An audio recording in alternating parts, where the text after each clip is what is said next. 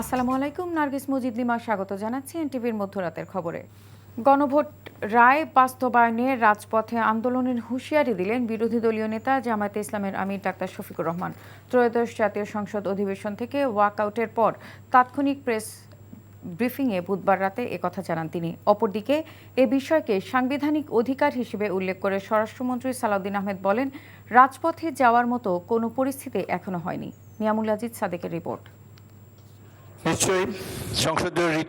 সংবিধান সংশোধন হতে হবে গণভোট ও জুলাই সনদ অনুসারে, এমন বক্তব্য তুলে ধরে বুধবার এ বিষয়ে প্রতিকার না পাওয়ার অভিযোগ এনে অধিবেশন থেকে ওয়াকআউট করেন জামায়াত, এনসিপি সহ বিরোধী দলের এমপিরা। দেশবাসীর তাদের রায়ের প্রতিফলন হলো না, মূল্যায়ন হলো না। আমরা বিরোধী দলে বসে এই অবমূল্যায়ন আমরা মেনে নিতে পারি না। এই জন্য তার প্রতিবাদে আমরা ওয়াকআউট করছি।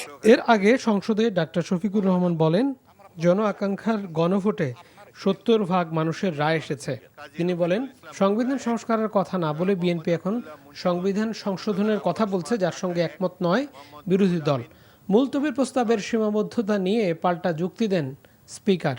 বাংলাদেশের ৫৩ বছরের সংসদীয় ইতিহাসে মাত্র ৩টি মুলতবি প্রস্তাব গৃহীত হয়েছে। যেই সমস্যার সমাধান আইন প্রণয়নের মাধ্যমেই কেবল করা যায়, সেটি নিয়ে মুলতবি প্রস্তাব হতে পারে না। যেহেতু এটা জন আকাঙ্ক্ষার বিষয়, গণভোটের বিষয়, প্রায় ৭০% মানুষের রায়ের বিষয়, আমরা প্রত্যাশা করেছিলাম যে আপনার মাধ্যমে প্রতিকার পাবো।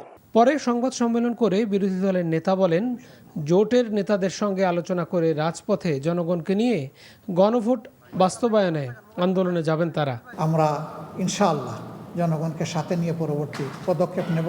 আন্দোলন আমরা করব, জনগণকে সাথে নিয়েই করব। তবে আমি বলেছি যে আমাদের 11টি দল আমরা একত্রে বসে, দ্রুতই আমরা বসছি এবং বসে আমরা আমাদের সিদ্ধান্তগুলো নেব।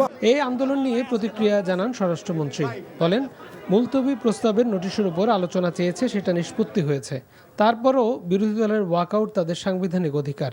এটা কোনো সিদ্ধান্ত প্রস্তাব নয়, এটা কোনো বিল উত্থাপন নয়, এটা কোনো আইন উত্থাপিত হয়নি, এর উপরে কোনো সিদ্ধান্ত হতে পারে না। যে কোনো রাজনৈতিক দল যে কোনো দাবি নিয়ে রাজপথে যেতে পারে, সে ডেমোক্রেটিক রাইট, কালচার যাবে। আগামী ৫ এপ্রিল জুলাই জাতীয় সনদ বাস্তবায়ন পদ্ধতি নিয়ে সংসদে আলোচনার জন্য নির্ধারিত হয়েছে। Niamul Aziz Sadek, NTV news, Dhaka. স্থানীয় প্রশাসনে দলীয় নেতাদের পুনর্বাসনের অভিযোগ তুলেছেন ব্রাহ্মণবাড়িয়া ২ আসনের স্বতন্ত্র সংসদ সদস্য রমিন ফারহানা। সংসদে তিনি বলেন, সংবিধান অনুসারে নির্বাচিত জনপ্রতিনিধিদের উপর আস্থা না রেখে দলীয় কর্মীদের নিয়োগ দেওয়া হচ্ছে। স্থানীয় সরকার পরিচালিত হবে নির্বাচিত প্রতিনিধিদের মাধ্যমে, কিন্তু আমরা বিস্ময়ের সঙ্গে এবং দুঃখ নিয়ে লক্ষ্য করলাম, একটি নির্বাচিত সরকার ক্ষমতায় আসবার পরপরই স্থানীয় প্রশাসনগুলোতে প্রশাসক নিয়োগ করেছে। মাননীয় স্পিকার, যখন শেখ হাসিনা পালিয়ে গেল তখনকার পরিবর্তিত পরিস্থিতিতে অন্তর্বর্তীকালীন সরকার প্রশাসক নিয়োগ দিতে বাধ্য হয়েছিল, কারণ আমরা দেখেছি ইউনিয়ন পর্যায়ে, উপজেলা পর্যায়ে চেয়ারম্যান বা মেম্বার যারা ছিল তারাও পালিয়ে গেছে। কিন্তু এই অবস্থা তো মাননীয় স্পিকার এখন আর নেই। এখন তো একটা সুষ্ঠু নির্বাচন দেয়া যায়। ছাত্র জনতার হত্যায় মৃত্যুদণ্ডপ্রাপ্ত আসামি শেখ হাসিনার পক্ষে লন্ডন থেকে আন্তর্জাতিক ট্রাইব্যুনালকে একটি চিঠি দেওয়া হয়েছে। চিঠিতে ভারতে পলাতক ফ্যাসিস্ট শেখ হাসিনার বিরুদ্ধে দেয়া রায়ে আন্তর্জাতিক মান লঙ্ঘনের অভিযোগ এনেছে লন্ডন ভিত্তিক আইনি সেবা প্রদানকারী প্রতিষ্ঠান কিংসলি ন্যাপলি এলএলপি। আন্তর্জাতিক অপরাধ ট্রাইব্যুনালে এ সংক্রান্ত একটি চিঠি পাঠিয়েছে প্রতিষ্ঠানটি। ইমেইলে পাঠানো ওই চিঠিতে শেখ হাসিনার বিরুদ্ধে পরিচালিত বিচার প্রক্রিয়া ও রায়কে অবৈধ এবং আন্তর্জাতিক আইনের পরিপন্থী বলে দাবি করা হয়েছে। এতে বলা হয়, হাসিনার অনুপস্থিতিতে বিচার করে মৃত্যুদণ্ড দেওয়া হয়েছে, যা ন্যায্য বিচার ও আইনি প্রক্রিয়ার মৌলিক আন্তর্জাতিক মানদণ্ডের পরিপন্থী। শেখ হাসিনার আত্মপক্ষ সমর্থনের সুযোগ এবং নিজ পছন্দের আইনজীবী পাওয়ার অধিকার লঙ্ঘিত হয়েছে বলেও চিঠিতে উল্লেখ করা হয়। রাজধানীর বাংলাদেশ শিশু হাসপাতাল ও ইনস্টিটিউটে গত ৩ মাসে ১৩৮ শিশু হামের সংক্রমণ নিয়ে ভর্তি হয়েছে, যাদের মধ্যে চিকিৎসা নিয়ে সুস্থ হয়ে বাসায় ফিরেছে ৮২ শিশু। বর্তমানে চিকিৎসাধীন ৫৬ জনের বেশিরভাগই নিউমোনিয়া আক্রান্ত। তবে উদ্বেগের বিষয় হলো, গত ৭ দিনে হাম পরবর্তী নিউমোনিয়ায় আক্রান্ত হয়ে প্রাণ গেছে ৩ শিশুর। চিকিৎসকরা বলছেন, মূলত উপসর্গ নিয়ে বিভ্রান্তি আর হাসপাতালে আসতে দেরি হওয়ায় ঝুঁকি বাড়ছে। বিস্তারিত থাকছে নাহিদ প্রিন্সের রিপোর্টে। হাম কোনো সাধারণ চর্মরোগ নয়, এটি একটি ভাইরাসজনিত রোগ। সংক্রমণের প্রথম 3 দিন সাধারণ জ্বর, এরপর শরীরে র্যাশ।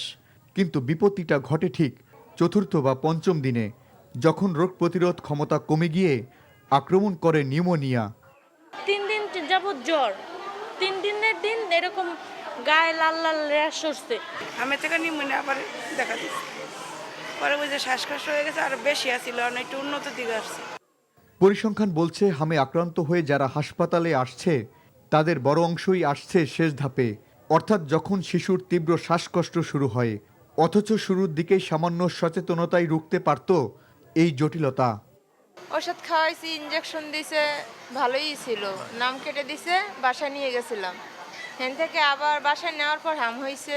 রামগঞ্জ থেকে আসছি আরই, ওইখানে সরকারি হাসপাতাল ভর্তি ছিলাম 1 সপ্তাহ, জ্বর আর নিউমোনিয়া ছিল। তারপরে ট্রিটমেন্ট নিয়েছি, ওইখান থেকে ভালো হয়নি। তবে এবারের সংক্রমণের চিত্রে দেখা যাচ্ছে নতুন এক চ্যালেঞ্জ। দেশের প্রচলিত নিয়ম অনুযায়ী হামের টিকা শুরু হয় 9 মাস বয়স থেকে, কিন্তু বর্তমানে আক্রান্তদের তালিকায় বড় একটি অংশ 6 মাস বয়সী শিশু, অর্থাৎ টিকা নেয়ার আগেই ভাইরাসের কবলে পড়ছে তারা। হামের যে ভাইরাস, এটাও নিউমোনিয়া করতে পারে, আর হাম হওয়ার কারণে তার রোগ প্রতিরোধ ক্ষমতা কমে গেলে অন্য ব্যাকটেরিয়া দিয়েও নিউমোনিয়া হতে পারে। এবং বাচ্চাদের অপুষ্টি হয়, বাচ্চার চোখের সমস্যা হয়, ডায়রিয়া হতে পারে হাম হলে পরে। সাধারণত হামের এই কমপ্লিকেশন হওয়ার কারণে বাচ্চাগুলি খারাপ হয়ে যেতে পারে। বিশ্লেষণে দেখা গেছে যারা MMR টিকা সময় মতো নিয়েছে তাদের মধ্যে সংক্রমণের হার যেমন কম, তেমনি আক্রান্ত হলেও তা মারাত্মক আকার ধারণ করছে না। হাম বুঝতে হতে 4 দিন পার হয়ে যায়। আগে জ্বর হয়, ঠান্ডা কাশি লাগে, নাক দিয়ে পানি পড়ে, চোখটা লাল হয়, 3 থেকে 4 দিন পরে গিয়ে ডায়রিয়া আসে, তখন মানুষ বুঝতে পারে হাম হয়েছে। কিন্তু তার আগেই তো হচ্ছে। তার মানে যার জ্বর হবে, ঠান্ডা কাশি হবে, তাকে বের করা উচিত না। আর আমি যদি জানি ওই আপনার জ্বর ঠান্ডা, আমি তার কাছে যাব না। চিকিৎসকরা বলছেন যদি শিশুর তীব্র জ্বর, শরীর জুড়ে লালচে দানা কিংবা শ্বাসকষ্ট দেখা দেয়, তবে সময় নষ্ট না করে দ্রুত হাসপাতালে নেওয়া উচিত। সচেতনতা আর যথাসময়ে সঠিক চিকিৎসায় হামে আক্রান্ত শিশুর মৃত্যু ঝুঁকি শূন্যে নামিয়ে আনা সম্ভব। Nahid Prince, NTV news, Dhaka. Feni জেলা জাতীয়তাবাদী ঐক্য পরিষদ সৌদি আরব পশ্চিমাঞ্চল কেন্দ্রীয় কমিটির সাধারণ সম্পাদক মোহাম্মদ ইয়াসিন আলমের পিতা হাজি মাতুমিয়া সওদাগরের মৃত্যুতে দোয়া ও আলোচনা সভা আয়োজিত হয়েছে। জেদ্দা প্রতিনিধি মাসুদ সেলিম জানান, ফেনী জেলা জাতীয়তাবাদী ঐক্য পরিষদের সিনিয়র সহসভাপতি মোস্তাফিজুর রহমান শিবলু এতে সভাপতিত্ব করেন। অনুষ্ঠানে প্রধান অতিথি ছিলেন যুব নেতা সাখাওয়াত হোসেন স্বপন। বিশেষ অতিথি ছিলেন চট্টগ্রাম ফোরামের সভাপতি মফিজুল আলম, মঞ্জুর হাসান আলভি, ওমর ফারুক সানি, শেখ রুবেল আহমেদ সহ অন্যরা। এই ছিল মধ্যরাতের খবরে। এই খবরের ভিডিও সহ আপডেট জানতে ভিজিট করুন NTV অনলাইন www.ntvbd.com। এছাড়াও NTVর জনপ্রিয় সব অনুষ্ঠান ও খবরের আপডেট জানতে ভিজিট করুন আমাদের ইউটিউব ও ভেরিফাইড ফেসবুক পেজে। ধন্যবাদ সবাইকে।